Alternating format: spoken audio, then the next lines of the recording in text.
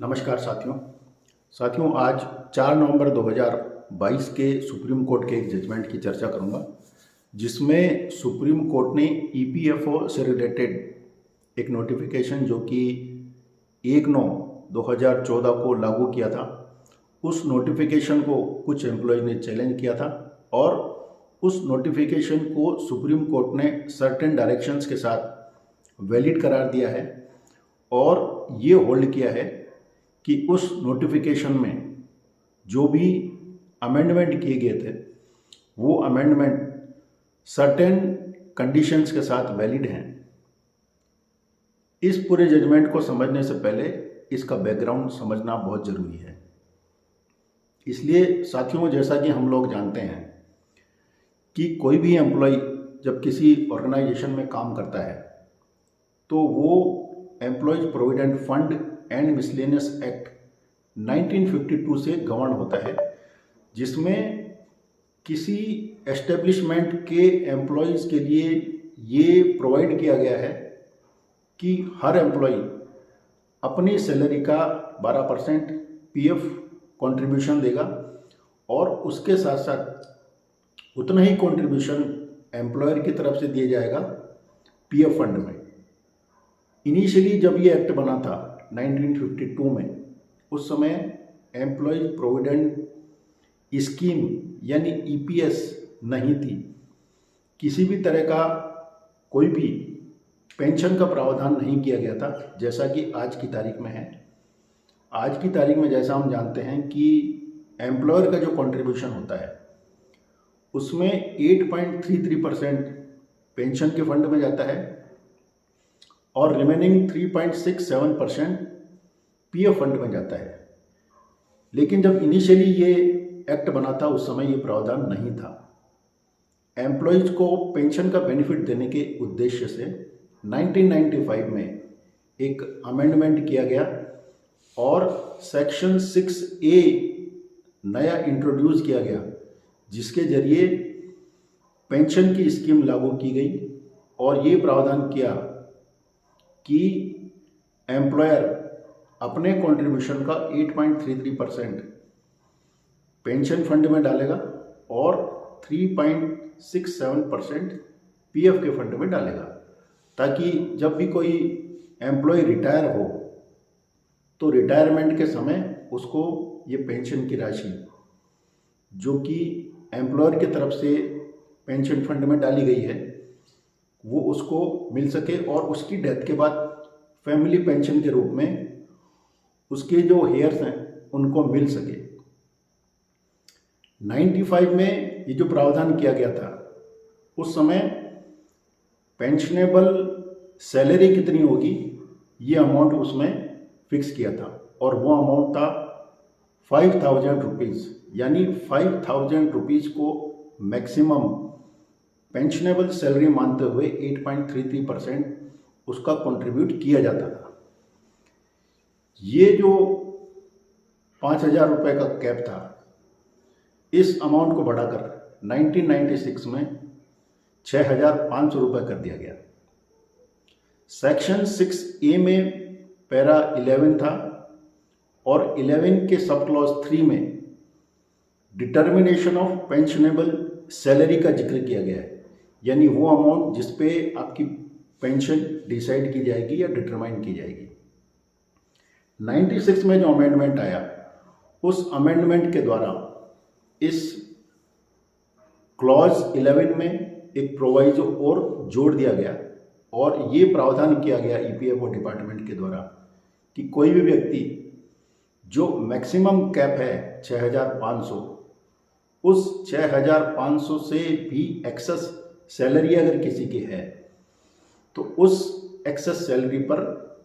Pensionable salary को decide करवाने का एक ऑप्शन एक्सरसाइज कर सकता है और एक्सेस सैलरी पर अपनी पेंशन डिसाइड करवा सकता है।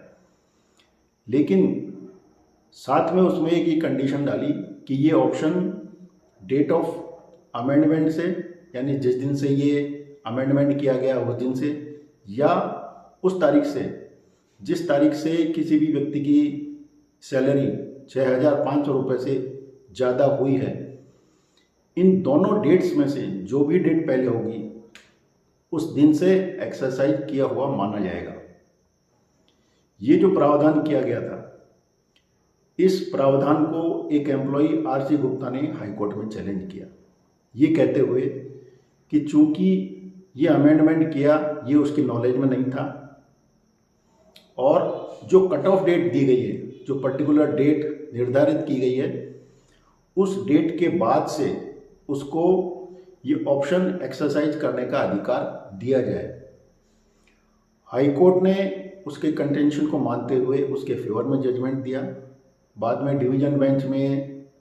ये फैसला पलट दिया गया और ये मामला फिर सुप्रीम कोर्ट में गया। सुप्रीम कोर्ट में जब ये मामला गया तो सुप्रीम कोर्ट ने एम्प्लॉयज़ प्रोविडेंट फंड एक्ट को एक बेनिफिशियल पीस ऑफ लेजिस्लेशन मानते हुए ये डिसाइड किया कि ईपीएफओ डिपार्टमेंट के द्वारा जो कंडीशन लगाई गई है कि 2 डेट्स में से जो भी डेट पहले होगी उस डेट से इस ऑप्शन को एक्सरसाइज किया जाएगा, ये कंडीशन इनवैलिड है और इस तरह की कोई भी कंडीशन नहीं लगाई जा सकती। ये मामला 2005 तक का था। उसके बाद साथियों 2014 में एक नया मॉडिफिकेशन आता है, अमेंडमेंट आता है, एक नोटिफिकेशन आता है। ईपीएफओ डिपार्टमेंट ने 22 अगस्त 2014 को एक नोटिफिकेशन निकाला जो 1/9/2014 से लागू हुआ और इस नोटिफिकेशन के द्वारा जो पुराना प्रावधान था पैरा 11(3) का, उस पैरा 11(3) में 6,500 रुपये की कैप दी हुई थी। वो मैक्सिमम सैलरी जिस पे किसी एम्प्लॉय की पेंशन डिसाइड होती थी और उसके साथ जो एक्सेस सैलरी का प्रावधान था वो भी इसमें कुछ मॉडिफाई किया गया। 6,500 की जगह इस नए नोटिफिकेशन में उस अमाउंट को 15,000 रुपये किया गया और साथ ही साथ ये भी प्रावधान किया कि जो भी व्यक्ति 15,000 रुपये से एक्सेस सैलरी पर पेंशन लेने के अपने ऑप्शन को एक्सरसाइज करना चाहता है वो 6 महीने के भीतर जब से ये नोटिफिकेशन लागू हुआ है एक्सरसाइज कर सकता है। इसके साथ एक और प्रावधान इसमें किया जिसमें ये कहा गया कि जो भी व्यक्ति 15,000 से ऊपर एक्सेस सैलरी पर पेंशन के लिए ऑप्शन एक्सरसाइज करना चाहता है वो अपनी मंथली सैलरी का 1.16% एडिशनल पीएफ में कंट्रीब्यूट करेगा और इतना ही कंट्रीब्यूशन गवर्नमेंट के द्वारा भी किया जाना था। इस प्रावधान को भी कुछ एम्प्लॉयज़ ने ये कह करके हाईकोर्ट में चैलेंज किया कि चूंकि ये 6 महीने का प्रावधान उनकी जानकारी में नहीं था, पूरी तरह से ये कम्युनिकेट नहीं किया गया, प्रॉपरली पब्लिश इसको नहीं किया गया, इसलिए ये उनकी जानकारी में नहीं था और जब ये टाइम लिमिट निकलने लगी तब ये उनकी जानकारी में आया। ये मामला भी हाई कोर्ट में गया, केरला हाई कोर्ट में, राजस्थान हाई कोर्ट में और दिल्ली हाई कोर्ट में। इन तीनों हाई कोर्ट्स ने पुराने आरसी गुप्ता के जजमेंट को ध्यान में रखते हुए और उसमें जो principle of law laid down किया था कि किसी भी बेनिफिशियल पीस ऑफ लेजिस्लेशन में एम्प्लॉयज़ के लिए अगर कोई बेनिफिशियल स्कीम है उसमें कट ऑफ डेट किसी ऑप्शन को एक्सरसाइज करने के लिए नहीं हो सकती। उस बात को ध्यान में रखते हुए तीनों हाई कोर्ट्स ने एम्प्लॉयज़ के फेवर में जजमेंट दिया और ये मामला फिर ईपीएफओ डिपार्टमेंट के द्वारा एसएलपी के जरिए सुप्रीम कोर्ट में गया, उनकी एसएलपी खारिज हुई। उसके बाद रिव्यू पिटीशन फाइल हुई और रिव्यू पिटीशन को एक्सेप्ट करके सुप्रीम कोर्ट ने नए सिरे से इस पूरे मामले को देखा, उसकी विवेचना की और अकॉर्डिंगली उसको डिसाइड किया। सुप्रीम कोर्ट ने इसमें पुराने जितने भी जजमेंट्स थे उनको ध्यान में रखते हुए 3-4 चीज़ें डिसाइड की। उसमें सबसे पहले सुप्रीम कोर्ट ने ये कहा कि जो भी एम्प्लॉयज़ थे जिन लोगों ने पुरानी स्कीम यानी 6,500 रुपये से ज़्यादा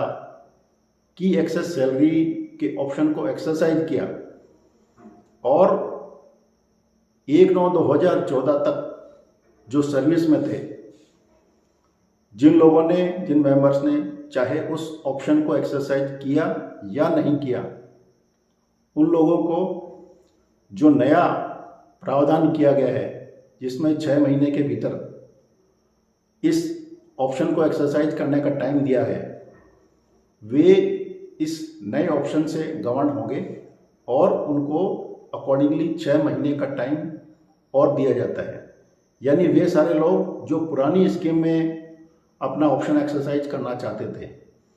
लेकिन किसी वजह से नहीं कर पाए, उनको सुप्रीम कोर्ट ने 6 महीने का टाइम दिया। इसके अलावा इस नए अमेंडमेंट से जो कि 1/9/2014 को हुआ, उस अमेंडमेंट से जो लोग प्रभावित थे उन लोगों को भी सुप्रीम कोर्ट ने 4 महीने का एक्स्ट्रा टाइम दिया है और ये कहा है कि जो लोग अभी सर्विस में हैं या 1/9/2014 को सर्विस में थे और इस ऑप्शन को एक्सरसाइज नहीं कर पाए, वो इस ऑप्शन को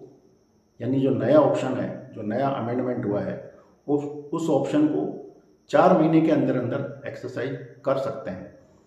लेकिन वो सारे एम्प्लॉय जो 1/9/2014 से पहले रिटायर हो गए बिना किसी ऑप्शन को एक्सरसाइज किए, उनको इस जजमेंट का फ़ायदा नहीं मिलेगा और वो 6 महीने या 4 महीने के टाइम को अवेल करने के हकदार नहीं है। इसके साथ ही साथियों 1.16% का जो एक प्रोविज़न लगाया गया था, सुप्रीम कोर्ट ने उसको इनवैलिड करार दिया, लेकिन साथ ही साथ ये कहा कि 6 महीने तक अभी जो भी एम्प्लॉयज़ हैं वो अगर नई स्कीम से गवर्न होते हैं, अमेंडमेंट से गवर्न होते हैं, तो वो 6 महीने तक 1.16% कंट्रीब्यूट करते रहेंगे और गवर्नमेंट को 6 महीने का टाइम दिया है कि वो 6 महीने के अंदर अंदर इस पूरी स्कीम को फिर से रिव्यू करें और अकॉर्डिंगली उस पर डिसाइड करें कि आगे उसमें क्या करना है। उसके बाद इस मामले को फिर से डिसाइड किया जाएगा कि आगे 1.16% वाला जो प्रोविज़न है उसको रखा जाएगा या नहीं रखा जाएगा। क्योंकि ईपीएफओ डिपार्टमेंट का एक बहुत बड़ा कंटेंशन था कि अगर ये अमेंडमेंट और ये जजमेंट लागू हो गया तो चूंकि एक्सेस सैलरी पर उनको एक्स्ट्रा बर्डन के रूप में पैसा देना पड़ेगा, उतना फंड ईपीएफओ डिपार्टमेंट के पास शायद नहीं होगा। इसलिए ये सारी फाइनेंशियल कंडीशंस और प्रॉब्लम्स को देखते हुए हाल फिलहाल ये मामला इसी नतीजे पर है कि 6 महीने तक